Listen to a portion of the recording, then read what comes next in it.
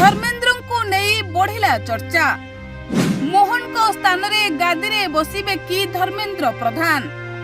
BJP रो परवर्ती पदक्षेप उपरे समस्तक नजर। धर्मेंद्र प्रधान को इस्तीफा परे ओडिशा राजनीति रे एबे चलीछि जोरदार आलोचना। ए इस्तीफा केवल गोटे पदरु विदाय ना एहा पछरे लुचि रहिछि कोनोसी बड़ राजनैतिक समीकरण।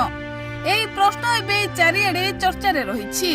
अनेक राजनैतिक महल रे चर्चा हेउछि जे केंद्रीय राजनीति रु धर्मेंद्र प्रधान को ओडिशा को आनी एक बड़ दायित्व दिया जाई पारे। केतेक विश्लेषक एपरि मध्य अनुमान करुछंती जे भविष्यत रे तांकु राज्यर सर्वोच्च पद पाई विचार करा जाई पारे। जदिओ एने कोनोसी सरकारी सूचना आसी नाही, धर्मेंद्र प्रधान दीर्घ दिन धरी ओडिशा बीजेपी रो जने प्रमुख मुह भाबे परिचित थिले। संगठन को गाँ गाँ रे पहुंचाइबा ठारू आरंभ करी कर्मी को मनोबल बढ़ाइबा पर्यंत तांको भूमिका को दल भितरे गुरुत्व दिया जाए।